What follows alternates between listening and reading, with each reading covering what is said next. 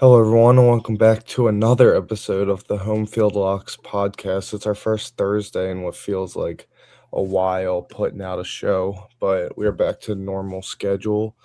And last week was pretty much it was all college basketball, or on Monday rather. I took the day. Virginia and Gavin got a little ambitious with Seton Hall. I Almost mean, did it it. wasn't crazy. Almost did it. It wasn't crazy. Yeah, no. No, they Kansas almost did dominated. it. Big surprise. Yeah, For me, you at were least. s- you were saying Kansas could very well win that game, and they Mhm. did that thing, They did. I Kansas just State need at the balls home. to take them. and then got Mizzou, and you see that team in all red there. Yeah. Carolina has a Hubert Davis problem and a defensive problem, but I think it starts with Hubert Davis. That dude should have been fired 2 years ago. We definitely should have lost on SMU, but Boopy Yeah, Miller. P.P. Miller's the GOAT. Beating Coach K ended up killing your program long term. Carolina, man, just disappointment that Hubert Davis needs to be fired and Kyan Evans needs to be shot. I don't know. Derek Dixon's minutes have been cut. Jonathan Powell's minutes have been cut. And Derek Dixon can't shoot from two. That's not a problem. I'd rather you take threes. It's a problem, but it's not a problem at the same time. We don't need the R.J. Davis long two magician. But that SMU game, Boopy hit that half court, then they had the fire coming out of like that score clock. That was sick. Did you guys see that video? That was awesome. At the end of it, like off the basket, right? Yeah. So cool, bro. That was awesome. All right. Utah State's dominance continues too. Utah State's not going to lose a game for the rest of the year. Logan, you're almost at the 100 club. That's percentage wise out of all of us, though, by a mile. Yeah, it is. But because missed two. Yeah, but I probably would have went undefeated on both, so that's how we're gonna say. All right. Okay. Get into it. This weekend, why did I skip the first one? We got Creighton and Providence. Jesus Christmas, Danny. What? Oof. I mean, Creighton is an ugly team. Providence is definitely an ugly team. In Duncan Center or whatever it's called. Logan wants to start. I mean, I'm trying to see if Logan's I'm trying to see the injury report for Providence, like how that's looking right now. I don't think they're injured. Is Edwards playing? That's the big question, because that will completely. Edwards. Yeah. Because I know I saw he's questionable. He didn't play last game, I don't think. I can look it up. That's like something that will completely I don't know. Because if he's playing, I'll take Providence at home because they're on a skid right now. I think they're on a 3-game losing streak. Yeah, they lost 5 of their last 6 too. Jesus, 5 of their last 6. Plantar fasciitis. Yeah. Well, honestly, for me personally, I guess I can go. Regardless of Edwards, I'm actually going to be taking Providence at home. They're historically a pretty great home team. They took as part of that 3-game skid, took UConn to overtime, which is a big deal for me. And without Jason Edwards playing, they only lost to Villanova by 6. But historically, it feels like when Providence plays at home, they're pretty much they look great. They really look great. The crowds are always awesome. So I'm going to be on Providence regardless of Edwards. I don't think they're as bad as 8 and 9, but obviously, they've kind of been on a little bit of a skid. Jalen Sellers and Jason Edwards are ballers, so I'm going to back them because I don't like Creighton. I don't think Creighton's a good team. So I'm going to be backing Providence. Yeah, I'm also. I was going to say I'm backing Providence too. I'm just going to assume that Edwards hopefully plays in this game. Get back on the right page at home. Get the crowd going here. So yeah, I'll go with that. I don't think Edwards is good. Like they had some guys like Jalen Sellers and Stefan Vox stepped up as well as Vox is a beast. Jameer Jones. They all dropped 20 points in the last game. Like they all stepped up. I think a guy that he doesn't score as much, and I cannot pronounce his name, but Oswin Aaron Moomse. Yeah, He yeah. only averages 7 points a game, but if Edwards doesn't play, that's going to be another guy they're going to need to step up a little bit points wise. Yeah, I feel like I'm also going Providence. I feel like Creighton is going back to having like those consistency issues. Austin Swartz did step up and he's a beast, but then you have like Isaac Trout, who part of their success was when he was scoring and then he just came out and put up 3 points and he's not even taking that many shots. Yeah. Like I think Creighton really fell back to what like they were in the beginning, and Which is Providence who I think really their needs to true win. identity is. I agree. And Providence, like you said, their home arena is awesome, and they really need a win if they're missing out on two really good opportunities.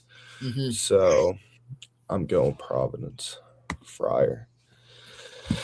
Then Duke's going into Stanford for a really tricky game on Saturday. Danny, you want to start it off? I All can right, start honest, if you want. you can start it. So after everything I've seen, so here's my big worry. Duke cannot defend the three, known thing. Now Stanford, I feel like due for a little regression, but against Carolina, Stanford made I think 16 threes, and they were shooting like damn near 60% from three. That's that's the only way I feel like you beat Duke is you can really make it rain from three. I believe it seems like their defense has kind of been better over the last couple games. I know we were a little worried there after the game against like Georgia Tech and Florida State. Seems like they kind of started to clamp down a little bit. Close game at SMU without their best player, but it's still Duke at the end of the day. I think Stanford's going to have a major hangover. I don't think they're going to be able to shoot as well as they did. Ibuka Okori's a dog, but if Caleb Foster's guarding him, he's going Well, to get his. it's gonna be Dame Sar. Either way, he's going to get his. You know, Ibuka Okori's going to get his. But if you don't like let Agarwal beat you like he did to Carolina, who Exactly. he was unbelievable. And simply if Duke's just a better scoring team. I'm kind of rambling on here. I'm going to be on Duke. I think Stanford simply because of a hangover and they're just a better team overall defensively. Like, it doesn't really matter wherever you want to look at it. I think it's good, but major hangover for sure. Yeah, I'm also on Duke here. You know, pretty much the same thing as what Gavin's saying here. I mean, you know, Stanford shot 57% from three against UNC. They honestly they played the game of their lives that night at like their home stadium. They won by 5 points. You know, like that's just not going to happen again. I can't see that happening back to back games. Them shooting that well, especially a Corey dropping 36 points. You know, like just can't see that happening here. I'm just gonna go with Duke here. You know, even though they've been struggling a little bit lately, you know, keeping close games, but I'm gonna keep trusting Duke. They're getting it done. Yeah, I mean, I have a lot of strong feelings about Duke's defense right now, but the 3-point defense looked better last game. It was more of just getting through the pick and roll, and then they were actually like over hedging, which was creating like a wide open guy in the dunker spot. Like I don't even know how many points Dort had in the moment, but it was a lot. And thing is, Dominic Sars looked awesome on the team's best scorer, which I think he's going to do well against Corey. It's going to be how they pass the ball, like you said, Ryan Agarwal.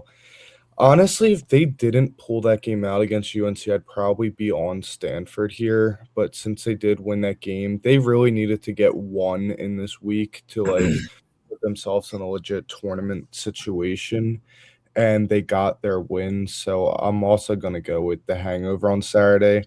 Duke for the last like 15-ish minutes of the game, 10, 15 minutes, they played like they should. They ended up covering. It's just Cam Boozer. He just needs to get yelled at, it seems like, for him to play like he can. And then, yeah, like I don't think they have an answer for Isaiah Evans either. So I do think if Stanford hadn't lost that game to Carolina, I think I would back Stanford. Not even out yeah. of spite, but you know. No, I would be on Stanford if UNC did end up taking that game. And then Saturday we have a battle for, I believe they're the only two teams with one loss in Big East play. I will confirm that. Anybody want to start? Yep. I mean, come on. What are we doing here? Give me Nova. I don't care. Nova at home. Oh my god, that's just it's free. It's free. It doesn't get freer than that. I'll go next. I'm fading you. Um, I think St. John's is getting into their groove a bit. Like these past 3 games, at least they have looked very good. Really, after that Providence loss, and Nova, they're a good team, but St. John's, they have a lot of options, and I don't think Nova's going to have enough firepower to compete with St. John's explosive offense. I've been backing them all year. Going to continue to back St. John's. I it's honestly just comes down to my love for Rick Pitino. I Gambling think, investigation, by the way. yeah, yeah. I'm kind of interested to see. I don't know. I really don't know how Duke Brennan's going to play against Subi Ejiofor. I'd be interested to see that matchup. Um, but St. John's, it is in Xfinity Mobile, so I feel like St. John's fans do travel rather well, and that's a pretty big arena, not far from New York. You take a train ride down. Um, but I'm going to be on St. John's. I feel like they're starting to get their swagger back, and this would be huge. They need this one to really separate themselves. Yeah, and Isaiah Sellers is getting into rhythm. Yeah, he's getting So, the groove. Yeah, he looks good. and Zuby is playing better. So, yeah, I'm Hmm. back in the Red Storm too. Then a really good matchup Saturday. Virginia's going to SMU. Virginia's coming off of a huge win at Louisville. Hmm. Michael Brownless or not, it was a huge win. He was Mazer. Yeah. I'll go first. I'm gonna go with SMU here. I mean, I think Virginia is due for a big hangover spot. Like they're playing phenomenal. They're looking like I'd argue the second best team in the ACC at the moment, maybe third. But I think they are due for a hangover spot. And then once SMU, they're at home with Boopy, and they have some good front court pieces as well. I know Thista Ritter is really playing awesome, and Chance Mowry is shooting the ball well. But SMU, they're a double bye team in terms of just being a top 4 team in the conference, I'd say, and they kind of need a win to get back onto it after losing to Clemson and Duke. They kind of need that big win, and they got a good win against Virginia Tech, who was no pushover whatsoever. Again, Virginia Tech lost another close game. They are absolutely unfortunate, but I think SMU at home, it's a huge game, and they get it done. Yeah, I'm also going with SMU here at home. I just think, I think Virginia's just due for a loss here. I think they're really due for a loss, and they're not. I believe they're 9-1. They've been hot as of lately, especially that big Louisville win. They needed that, but I think they're going to come back down to earth a little bit here, and they're going to lose here. SMU's not losing at home. Yeah, I'm also on SMU. After that 2 game skid they had on the road against Clemson and Duke, came home and they it was probably supposed to be a little farther apart against Virginia Tech, but they buzzer beater or not, they ended up getting it done. And I'm kind of looking for them. I feel like that 2 game skid was they just kind of got punched in the mouth, and now coming home, I think it's their time to just really start to put their foot on the gas and kind of a culmination of SMU at home and Virginia due for a letdown. So I'll be on SMU. Kentucky traveling to Rocky Top, arguably the most disappointing team of the year, and now Jelon Lowe is officially out for the year. And Mark Oh, is he really? Yeah. Wow. And Mark Pope is not the most popular by fans. Yeah, no. Difference a year makes. Seriously. I think we're pretty much all on the same page with this one here. I mean, Tennessee at home. Yeah, I don't think Tennessee's that good, but they're going to win this game. Yeah, I agree. I don't think Tennessee's very good. Tennessee sucks. I'm not even going to be I'm going to be frank, but I do think they beat Kentucky just because Kentucky just what the fuck? Jacoby Gillespie's so inefficient. It's killing them. and Nate Amend's just not good at basketball. So Oh, he actually had a good game. Oh, yeah, and he went 0 for 4 from He three. actually had a good game. yeah, No, whenever he faces good competition, he folds. Like, yeah, he plays soft.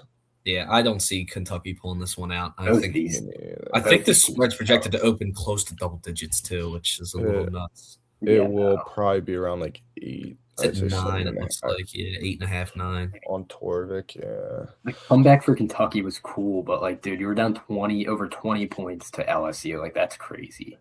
Malachi, That's they pulled the Christian Leitner. right now. It was like it was like the exact it was like the same look too. But all due respect, we were like earlier on in the season, we were very high on Malachi Marino. So I'm happy for him. He's a really good player. Just Kentucky is dog.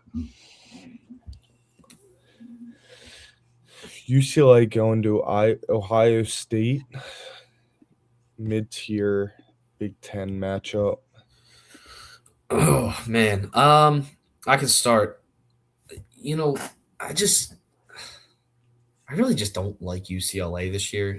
Donovan Dent has been so disappointing. I mean, just so disappointing. Um, One of the most sought out guys in the transfer portal. He was He just hasn't been that guy. And Sky Clark's been out, I believe. I don't know when he he's was out playing. versus Penn State. Yeah, he was out versus Penn State. He was also out for Wisconsin. Had a shitty game against Iowa. He played 20 minutes. I don't know if he'll be back. Ohio State, if there's one thing they can do, it's score. Well, depending on sometimes. I feel like they'll be able to put enough points up here to beat UCLA at home, though. I really don't like either of these two teams. I was probably somebody that was a lot higher on Ohio State, and they ended up really disappointing me. So yeah, two mid-tier Big Ten teams. I'll just back the home team. I feel like that's my best bet. Yeah, I'm gonna agree here with Ohio State. Just solely off of both these teams aren't that great, but Ohio State, they have the best player on the court, Bruce Thornton. He's gonna be able to score at least 25 probably in this game, especially at home. The environment's definitely gonna make it it's gonna make it hard for UCLA to even stay in this game. And also just going off of Ohio State, they've been on a win one, lose one for I don't know, over 2 months now. They've been win one, lose one. So, they just lost one. So we're going to say that they win one here. Yeah, so if I'm counting right, Donovan Dent has had 2 threes this year. Jesus Christ. 2 for 22. 9.1%. After going 40.9% at New Mexico. That's almost unheard of. But UCLA has not been good on the road. And Ohio State, even in their losses, they've been very competitive at least. They gave Nebraska all they can handle. And then they lost at Washington by 7, which is a pretty tough place to play. Washington has a really good coach. And then UCLA, I wasn't convinced off of that Penn State win. And again, just on the road, they're terrible. Their last 3 road games were win by 9 at Penn State, lose by 8 at Wisco, and 13 at Iowa. So, especially if Sky Clark is out, I don't see them winning this game. And Bruce Thornton. Fuck Nick Cronin. I hate that guy. Yeah, I don't like him. Then we got Florida and Vandy. Florida is looking awesome right now. Mm-hmm. And they're back. Just had a really tough loss against Texas, which shout out Texas. They have taken down Bama and Vanderbilt within a week. So my propaganda finally has been fulfilled. I hate Vandy. I'm happy Texas wasn't going undefeated. Yeah, I hate Texas. I'm sorry, I hate Vanderbilt. I'm happy Texas beat them. And yeah, I back Danny here. I love what I'm seeing out of Florida. However, they haven't really been great on the road. I mean, the last road game, they lost them. Well, they beat Oklahoma on the road, but I mean, Oklahoma is a JV team. But they lost to Missouri, Missouri's obviously better than Oklahoma, and Vanderbilt is better than Missouri. And I think this will be a great game. But ultimately, I think Vanderbilt coming off of a loss, it feels like kind of like the perfect storm for them to go out and win after Florida's been playing great. But this is one of my favorite games of the weekend. But I will ultimately be backing Vanderbilt to kind of get their get back. Tyler Tanner, man, dude's a nut. Yeah, I think I got to agree here. Vandy coming off a loss, the first loss. They're what I think there's only 2 undefeated teams left. Shout out Miami, Ohio, I guess. Facts. Right? And Nebraska, I think those are the only 2. But Mhm. yeah, Vandy back at home here. I don't think they're losing to Florida, even though Florida has looked very good as of lately. Arizona. Oh yeah, Arizona's undefeated. Oh yeah, Nebraska lost, didn't they? No, No. It's Nebraska. I think it's Miami, Ohio, Nebraska, and Arizona. And Arizona is at them. That's right. That's right. Because Michigan just lost, Yeah. and someone Vandy just lost. So I believe it's those 3. Mm-hmm. I think so. Yeah. So what side were you on? Vanderbilt. Yeah, Vanderbilt. The issue is that Boogie Fland is not good shooting on the road. This is such a tough game. It is. think, It like, was tough for me. Yeah, like Vanderbilt, even though they were winning, like they beat LSU at home by 11 and beat South Carolina on the road by 12. Like, sure, they're like it's good wins, but like it's not like this dominant thing. And Florida is on an absolute tear. So, oh man, I'm just gonna fade just for some parity. I'll go with Florida, but I mean, I won't be surprised either way. Because Vanderbilt, this is a big game for Vanderbilt, I would say, though, coming Yeah, off it's of gonna the show who they loss. really are. Yeah, so like if they want to be still considered one of the top teams, they're gonna have to come out and really get the win. But I'll say Florida's back. Why not? It's fun. Fuck it. And then coming to you on the CW network, 2 of the top teams in the ACC, Miami and Clemson. I'll go first. I'm gonna pick Clemson at home. Miami has looked very good, but like if you look at their schedule, it's not Cakewalk. exactly. Like it is not much to write home about, whatever. So I think their record is a bit inflated, and I have been very impressed by Clemson. They've looked really good in ACC play. These 2 teams, I would say they're gonna end up in the top 5 each, but Clemson's just a really tough place to play on the road, and they have a lot of momentum, and Miami's kinda due for, like, that shock, I guess, is the best word. Like, at Wake was their toughest game. Like, I don't feel like they've fully No. gone into a tough game to really handle it yet. Yeah, I'm on Clemson too. This is fairly simple for me. I really didn't even think twice about this game. I really don't think Miami's that good of a basketball team. And it's simply, they're not a 15-2 team. And come ACC play, I think they'll start to get exposed when they get to the real ACC teams, not whatever the fuck they've been playing. So I'll be on Clemson here, and I think they win this pretty handily. Yeah, I'm also on Clemson here. This is really, this is just solely off of Clemson's environment.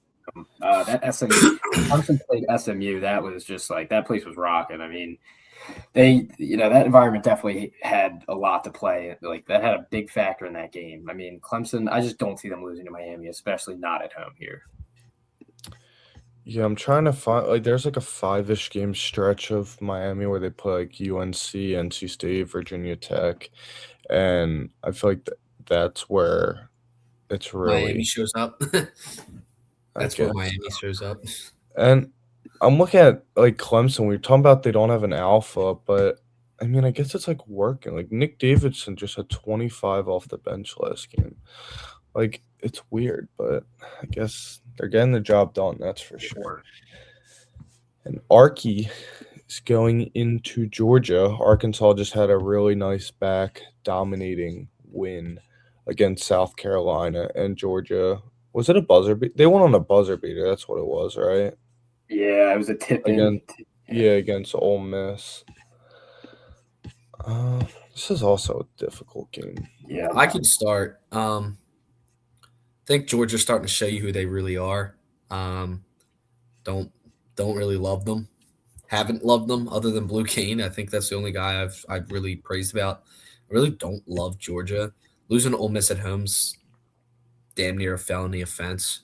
Um, they only won by 5 at South Carolina. Oh, they lost to Ole Miss. Oh my god. They lost to Ole Miss, Yeah, and I thought they they won. only beat Auburn in overtime by 4. Now I know Auburn just dismantled Arkansas, but that was kind of like just perfect timing for Auburn to get that win. Um, that being said, I'm going to be on Arkansas here. Darius Acuff's the best player on the floor, and he's going to be a top 3 to 5 pick. He's just awesome. He's so fun to watch too. Um, and I just think Georgia's kind of starting to show their true colors. They've been on a little bit of a skid too, so I'm just going to back Arkansas and hope Georgia continues with that because I really don't like them. Yeah, I got to agree here. I'm taking Arkansas, even though, it is on the road. It is in conference play. I mean, that is a little tricky. Arkansas, it's a small sample size. I believe they're like 1-2 away this year so far. But I'm just going to roll with them. I can't trust the team. You barely beat South Carolina, and then you're losing to Ole Miss. I mean, Ole Miss is fucking terrible. So I'm just going to go off that. I think they're falling apart here. Arkansas is. I think they're gonna beat it by 20. I don't care. I think Arkansas is gonna win by 20. That's bold. It is. Yeah, I feel like Georgia's like a year or 2 away if they keep all their guys. Like they have a lot of really good pieces like Wilkinson and Catchings and Cyril, not Cereal. But like right now I feel like their inexperience is getting hit a little bit. And Arkansas, they looked shell shocked going into Auburn. And Georgia isn't the same environment. It'll be a good environment, but I think Arkansas now understands what's going on now, and they're more prepared for it, especially like Acuff and Thomas. That was probably their. I don't know if First they true played road it. game. Yeah, I can't remember if they played a true road game before that, but like the SEC is tough, and yeah, I think Arkansas, they're now more prepared for it. Yeah, no doubt. Then TAMU is playing a scorching hot Texas team in the rivalry. Texas A&M is so hard to judge because we keep kind of like saying they're not that good, and then they keep like proving us wrong, even though they did just lose. But I mean, I wouldn't say that necessarily. They lost to Tennessee. They beat Oklahoma by 7. They beat Auburn by 2 and LSU by 3. Like I'm but they not. get the job done. I don't care. I'm riding that hot Texas team. Just beat Bama, beat Vandy. Yes, this is usually where I'd be talking about a hangover, but I don't know. If maybe this time it's momentum, especially playing at home. Losing to Mississippi State at home is once again another federal offense. You should be put to death or relegated. But I think they beat Texas A&M here. I really don't like Texas A&M. I've been saying it all year, so I'll put my money where my mouth is.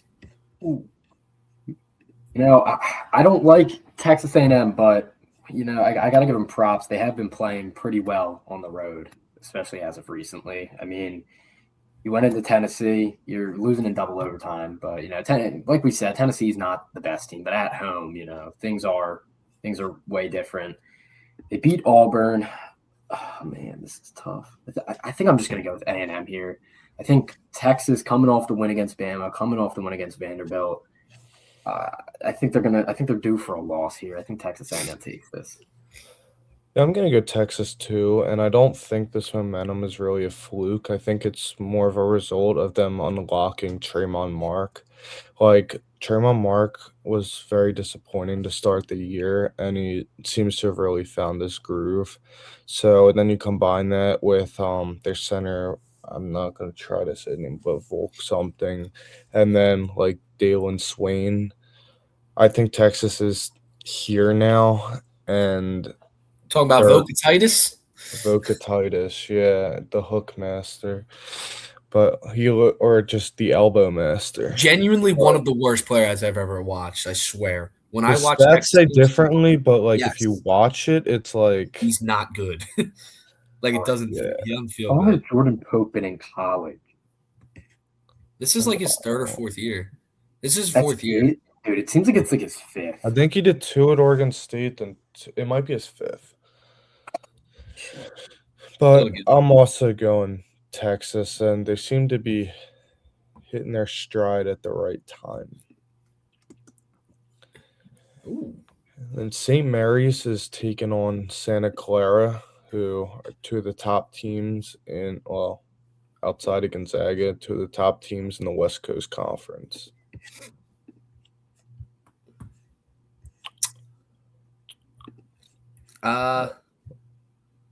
This is a very tough game to judge. Like Santa Clara's only loss is to Gonzaga.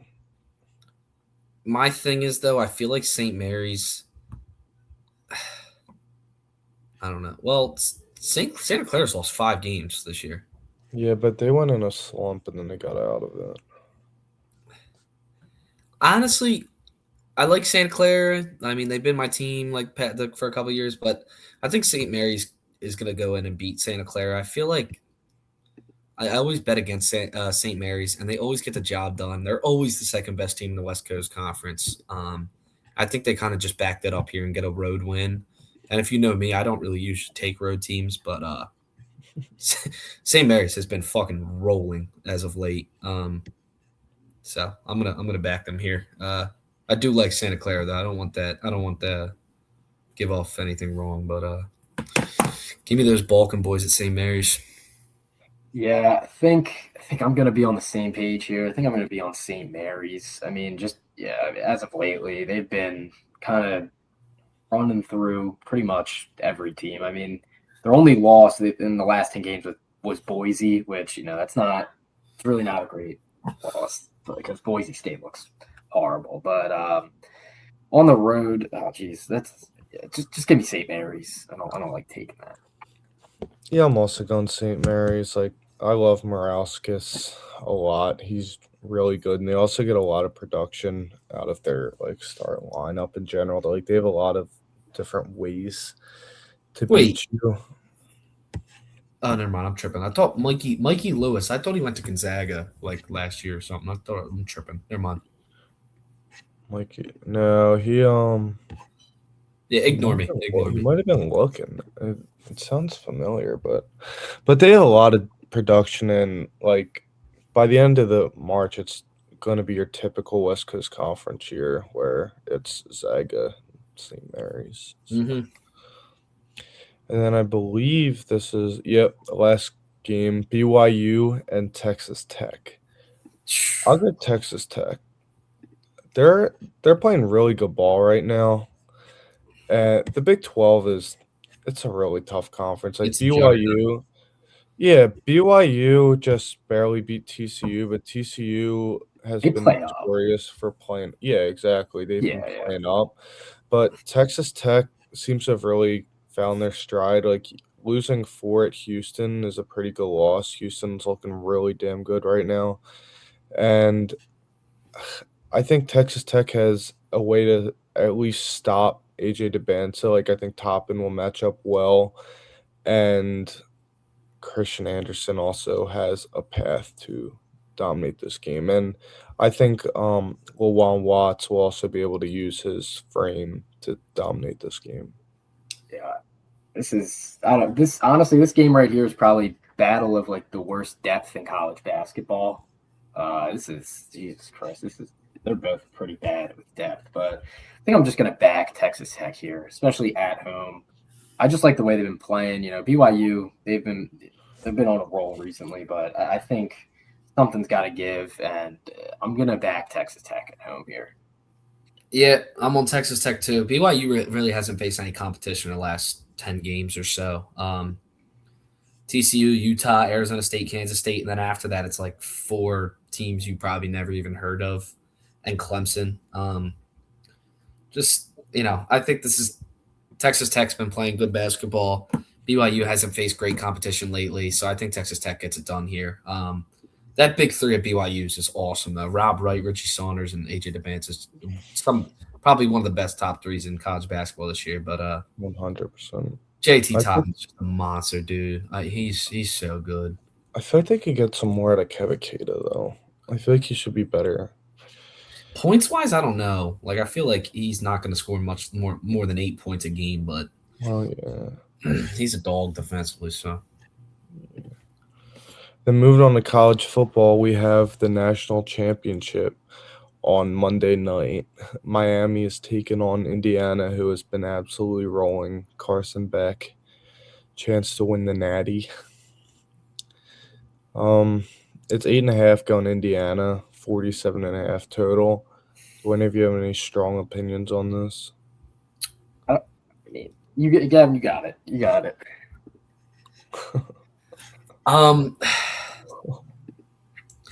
gonna sound like a hater, but dude, 8.5 is too many points. The way Miami's been playing, now listen, the way Indiana's been playing, like, holy shit, like they've looked absolutely unbelievable. Um, but I think Miami's really gonna play up. I mean, this is the biggest stage possible in college football. Miami really wasn't supposed to be here. They won some games they probably shouldn't. I mean, beating Ohio State and beating A&M and kind of a sorry offensive performance from both teams, but then going out and putting 31 on Ole Miss and beating them. Um, do I think Indiana wins this game? I would say so. But I feel like Miami plus 8.5 really isn't a bad bet. I think they're going to be able to score enough points. I know Indiana's defense has been fucking awesome, but I think Miami scores enough points, and their team total is currently at 18.5. Miami's is, and I love the over 18.5. Regardless if they cover or not, I think 18.5 is generous. I think they can score 3 touchdowns, make it 21 if Oregon was able to. And they were also able to put up 24 in Ohio State, so I don't see why they can't do that same thing to Indiana. So those would be my 2 bets as of right now. I'd probably like the team total honestly a little bit more, just so you don't have to worry about Indiana dropping 50. But that's just me. Yeah, I mean, geez, this is tough. I mean, you can't really. I feel like the over. I feel like the over is not a terrible bet here. I mean, Miami. They're known for the defense, but I mean, they did just put up 31 against Ole Miss. I mean, they can score. And honestly, here, Miami's defense, you can talk about it. You're not going to be able to slow down Indiana. I think people are coming in talking about Oregon. They're going to be able to slow down Indiana. Indiana covered the total by themselves.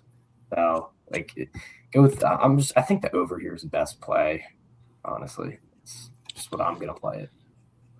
I agree, Logan, but at the same time, for me personally, I'm just saying for me personally, just with 2 defenses this good, it just doesn't feel like for me, it just doesn't feel like an over. I feel like the defenses are so good. I feel the last 2 games did soar over both teams, but man, I don't know. For me, it's tough to bet against good defenses. I feel like I always have that problem. But I heard the same thing about Oregon, Indiana, and I wasn't too worried about that either. Like people were saying, oh, it's going to be a good defensive match because Oregon's defense is pretty solid, but look how that ended up. Yeah, I guess just looking at the games against Ohio State and both teams playing against Ohio State, they were low scoring. It's kind of their only common opponent. So I guess that's kind of what I was looking at when I said that. But I'm just hoping it's not. I feel that's a good point about the Oregon game.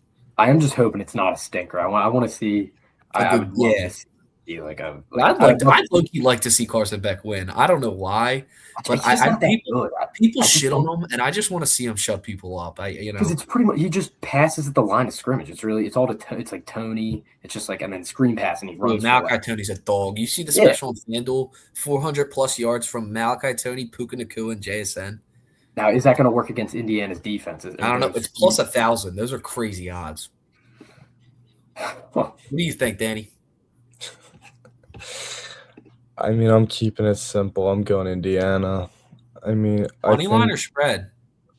Money line. Money line's like 400. Minus 8.5. Oh, I think you're overthinking it. Indiana is destroying everyone. And are you saying Miami is that many points better than Oregon? What? 8 points better than Oregon? Yeah. Yeah. I think so. I do. I think so. Oregon was playing really good ball going into Oregon that game. They sucks. just ran it. They sucked against Texas Tech. I don't care what the score of the game was. They sucked. Their Oregon, defense yeah, I was okay. agree. I Their agree. Oregon defense did was not look okay, good but they against them. sucked against Texas Tech. If you really look at the game, their offense was terrible. I think Indiana rolled. I think if Oregon matches up with anybody in the first round of games, other than like JMU and Tulane, they lose. They'd lose to Bama. They'd lose to Ole Miss. Like I mean, I don't know. I just don't think it's gonna last. Like they Carson Beck lose is to not, Texas A&M. I think. Carson Beck's just not a good quarterback. That's the thing. Carson, when it comes down to, he's just he's good at the screen passes. Like it's just like I don't know. It's got to give here. Even people say Carson Beck's not good, but he's been fucking balling, bro. Even that Oregon score is a little deceiving because like the game was over. Like Oregon couldn't score. Once again, their offense isn't good. I know. I think Miami's 8 points better than them because their defense is just as good. They're not as good as Indiana's, but their defense is up there. Probably top 3. I think Indiana rolls. I don't think Miami's going to be able to score on them, to be honest. Are we good with this? Yeah. Yep.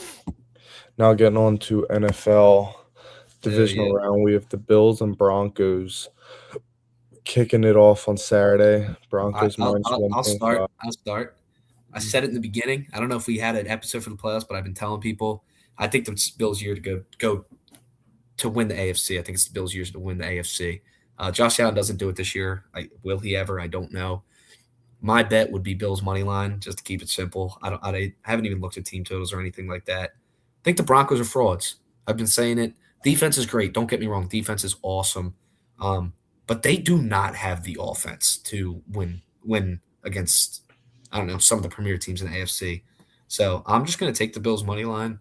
I've heard a lot of people on the under because 45.5 seems really high for this game.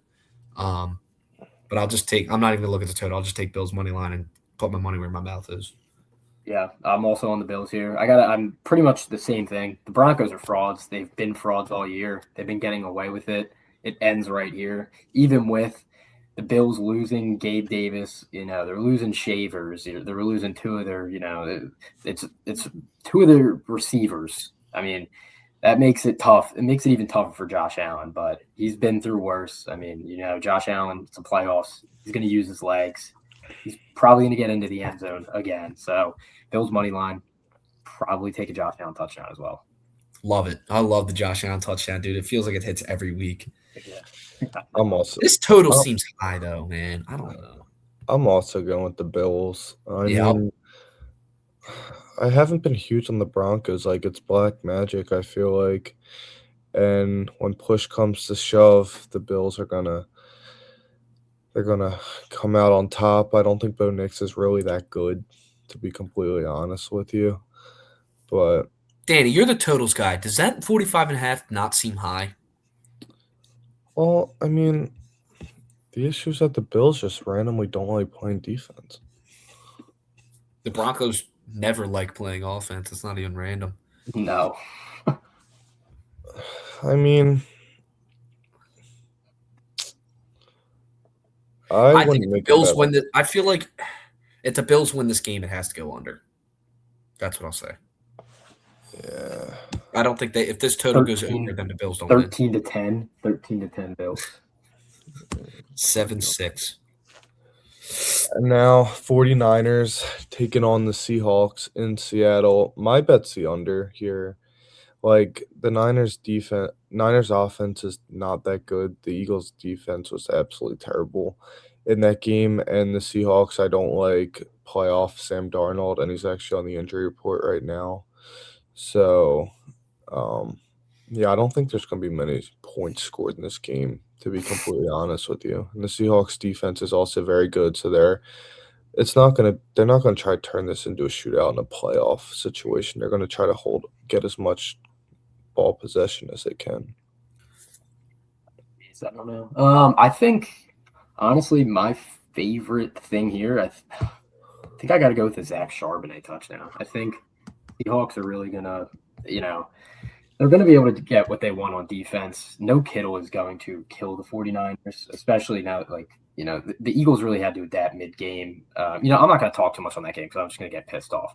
But no George Kittle for the 49ers. Seahawks defense is going to have their way. They just had their way, 2 weeks ago?